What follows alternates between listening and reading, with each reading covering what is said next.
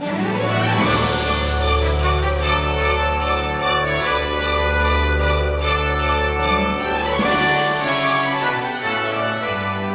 everybody, Rod Phelps here, friend of the Dice Tower. You may know me from the Dice Tower marathons, the Spectaculars, or if you go to the Dice Tower events or some of the cruises, you'll find me there. I spend a lot of time. Tom Vassell and I have very similar tastes in games, so we play a lot of games together as well.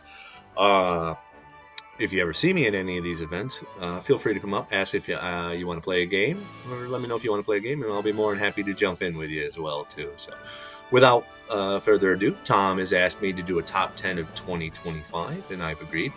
2025 was a weird year for me, though. So usually, like I said, Tom and I like the same kind of games. We like those big thematic dungeon crawls, big science fiction shoot 'em ups and war games and such. But this year has just been a blur. I just haven't had a lot of time, so I've had to go back to some of the old standbys for my bigger games like Death May Die and Mansions of Madness and things like that. And some lighter games for 2025. Meanwhile, I have some other games on my shelf right now that are sitting there, like Elder Scrolls, Fate of the Fellowship, Dark Quarter, things that I know or I believe probably would have made this list, but I just haven't had time to get them out. So what I've been doing is playing some smaller games and some different games this year, but there's still some really good stuff on this list. So without further ado, let's jump into my top 10 of 2025. Here we go. So at number 10, we have Spooktacular. Now, Spooktacular is a crazy little game where it takes place in a 1980s movie theater, and you are all monsters coming off the screen to devour the souls of the patrons, or possibly just eat them. One of the two. All these monsters have asymmetrical powers, and there are a ton of monsters in this box. It's great seeing the different monsters and how they combo up against each other and such. And really, the goal of this game is to set up great big combos for yourself, but not allowing your opponent to get the same kind of combo that you got as well too. It's great stealing things from them and kind of running around from theater to theater and eating them. It has a couple of flaws, but all in all, it's just kind of a fun romp fest, running around and like I said, just kind of eating the different color moviegoers and such. A lot of fun. Good time. So at my number 10, that is Spooktacular. All right. Number 9. Now, usually I'm not a huge fan of real-time games, but I do like them when they have a real-time element. Pause, and then you move on to more of a hey, let's stop and talk about this for a bit. So this is Firefighters on Duty, and this is in the vein of like Project Elite or Magic Maze. But Firefighters on Duty, it is a tough game. It does not hold your hand, and it will kick you right in the teeth right out the gate. Firefighters on Duty, you are firemen, and the city is on fire. There's fires everywhere. It's horrible. Chemicals burning, explosives here, there, and civilians everywhere. Your goal as firemen is to get your truck out there, get into these buildings, get the fire down, make judgment calls on what's worse, where it's really going to burn, and try to minimize the losses and just try to get everything under control. And this all happens for just a couple of minutes. You're on a timer, and then it stops. You pause and you discuss everything with your team. Um, yeah, it takes some good players to get this one under control because it is a tough game. It's a lot of fun, but like I said, it does not hold your hand. That's my number 9, Firefighters on Duty. At number 8. So I've always enjoyed Dice Throne. It's not in any of my top lists, but this one actually is because again, I like cooperative games. And this is Marvel Dice Throne Missions.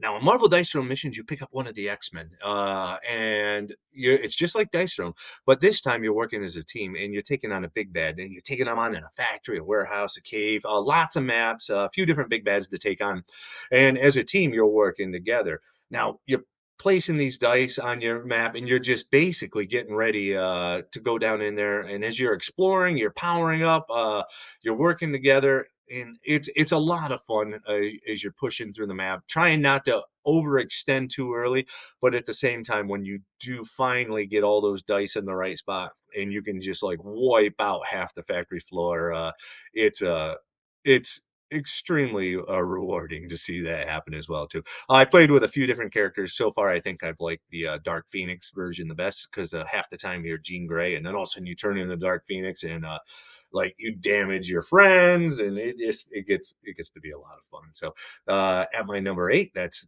Marvel Dice Throne Missions. Number 7. So I like a nice little push-pull game. This is called Zenith. This is Hanama Koji on steroids. Now, Zenith, the point of this game is there's 5 planets in the middle, and you need to push or pull those planets right towards you. The way you win this game is you get 3 of the same planet, 4 different planets, or 5 of any color, basically. You can keep getting the same planet over and over again. Um, you have cards, and these cards will influence the way the planets move towards you. Uh, the great thing about these cards, though, is they're multi-use, so you can use them to pull the planets towards you. Sometimes they'll pull one planet towards you, but maybe push another towards your opponent, which is a tough decision. Or you can use them on the left side of the track. If you use them on the left side of the track, they will go ahead and add to your tech. Now, it feels like a wasted turn when you do that, but what that does is it sets you up for later and gives you those big power moves later on. Or you can use them on the right side of the board, which is leadership. If you use the card over there, you can sometimes have bigger hands, you can get money. There's a few things you can do over there as well. This is a knife fight in a phone booth, as the old saying goes. It's a great little game. I played this with Tom a couple of times. I've played it with some others as well. It says you can play it at 4 players. I would not. This is definitely a 2-player game. Great art, great little science fiction themed game. And like I said, if you like Hanama Koji, this is a bit more complicated than that, but still in kind of that same vein. Really enjoy it. That's Zenith at my number 7. And at my number 6. So I'm a big fan of Rome. I think, I'm at that age where you have a choice. So, but this is called 23 Knives. And the reason it's called 23 Knives is uh, you are basically a conspirator to take out Julius Caesar. You're a loyalist, you want to save him, or you're an opportunist and you want to swing the vote right at the end. There's a timing mechanism where you're climbing the steps basically of the forum, and at the end of the game, you count how many knives are in the pile versus how many, I believe it was doves, to see who wins, the loyalists or the conspirators. If you're the opportunist and if Caesar died, but then you can change it back to a salvation, or if he lives and then you can change it to basically a murder, the opportunists win, and they're the only ones who can win as a team.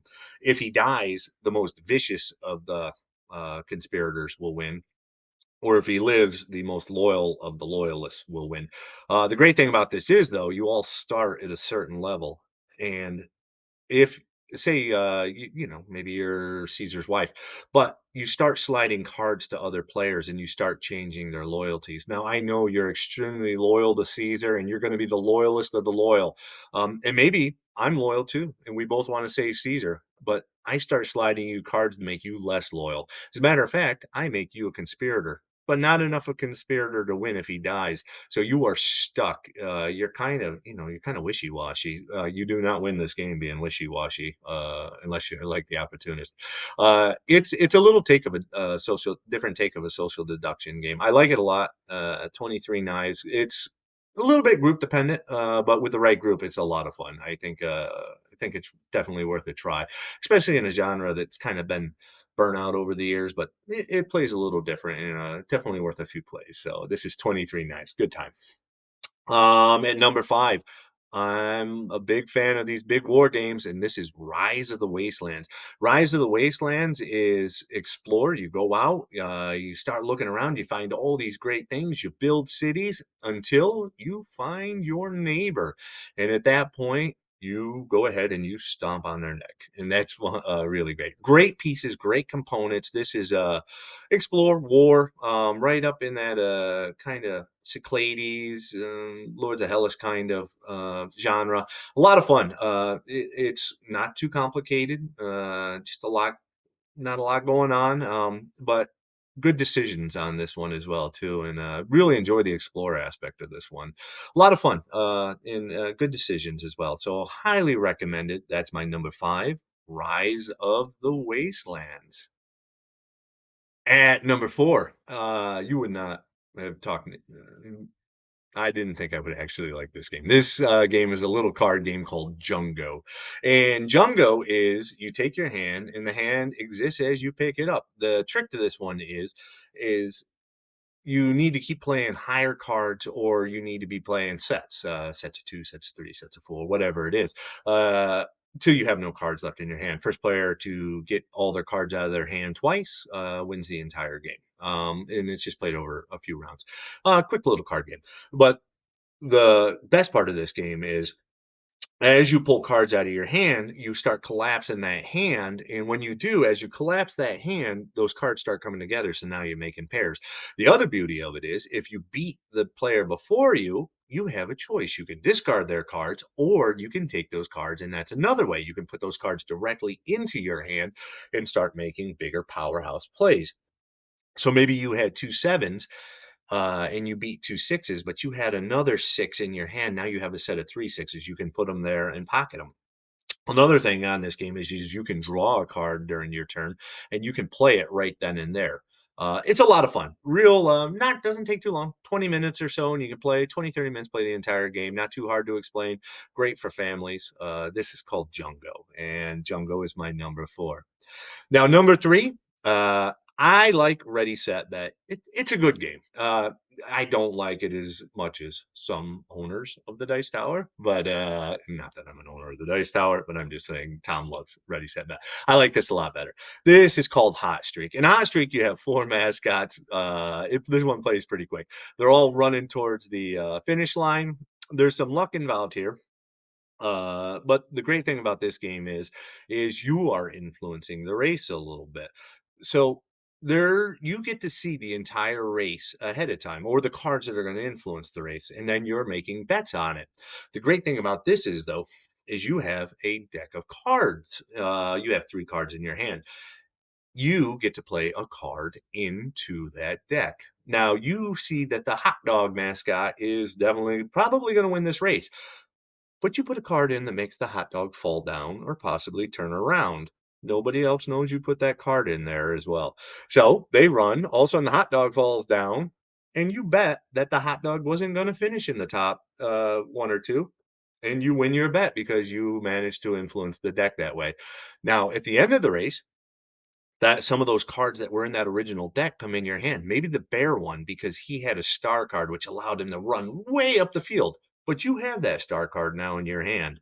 Everybody's still betting on the bear thinking that star card's there, but you don't have it. Instead, you put the bear turns around and then swerves left or something along that line. It's you can't take this game seriously, but it's a lot of fun. It takes about a half hour total to play the whole game. A lot of fun. Good family game as well. This is number three, Hot Streak. Number two. Now I really love this game. This game is like unlike anything else I've ever played. This is called Lightspeed Arena. You set up a frame, you put your meteorites out in the middle, and these meteorites all have different power. You start, you set the timer, and then you hear the countdown. And when it counts down, you start flipping tiles. And every 10 seconds, or, well, you can set the timer to how long you get. I believe it plays from like 3 seconds to 60 seconds. You flip a tile and you place it on the board. Your ships fire lasers in all these different directions, and you can shoot at the meteorites. You can shoot at your other players' bases. You could shoot at their ships. They all shoot at different times, and everything is going nuts. There's lasers flying everywhere. There's special powers. Things are going on, and the whole board takes about 1 minute to set up. After everything is played, after everything is settled, you step back. You take your iPad, you take your phone, and you take a picture of the battlefield. When you do, the iPad looks at it and says, "This is what's on that battlefield," and you say, "Yep, it is," and it runs the entire battle for you from start to finish. It shows you what happened, who hit where, what hit what, and there is the first time you play it, you're like, there's no strategy here whatsoever. The second time you play it, you're like, oh, I need to put my later shooting ships further out on the field because if I don't, they're going to die very quickly. Ooh, this bigger laser needs to be shooting right here, or maybe this bigger laser needs to hit this meteorite.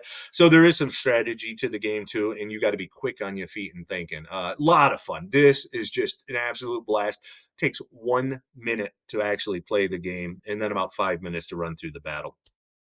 Just a ton of fun.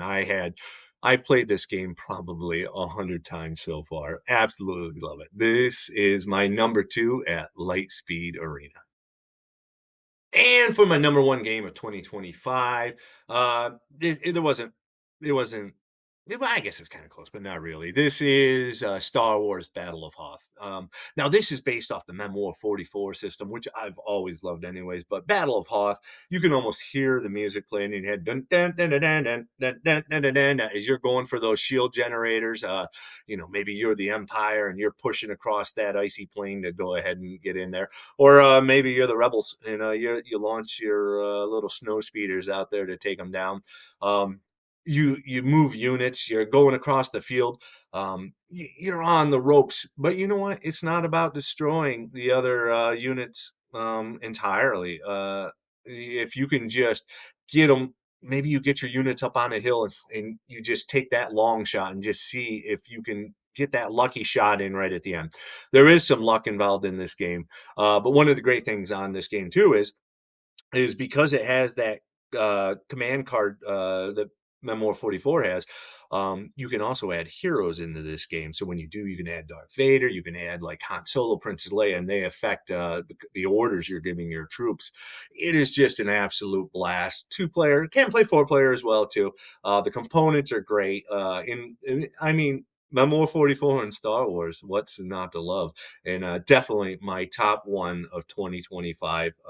I'll play it anywhere, anytime with any of you. And this is Star Wars Battle of Hoth, my number 1 of 2025.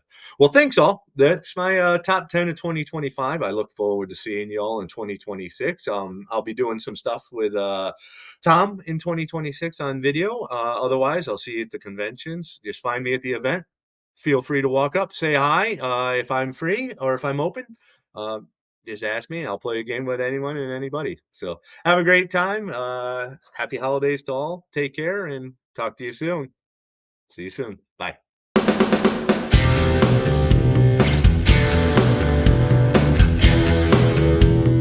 Hey, thanks for watching another video here on the Dice Tower. We really appreciate you stopping by and checking our things out. Thanks so much for joining us today. And hey, if you really like what we're doing here at the Dice Tower, then there are different ways to support the Dice Tower. One of those ways is through Patreon. We have links in the description to this video, and we have links to lots of other things we do down there, so definitely check it out. But either way, we're glad you watched us. Tell your friends about the Dice Tower. Until next time, though, I'm Tom Vassell, and I hope you enjoyed this video.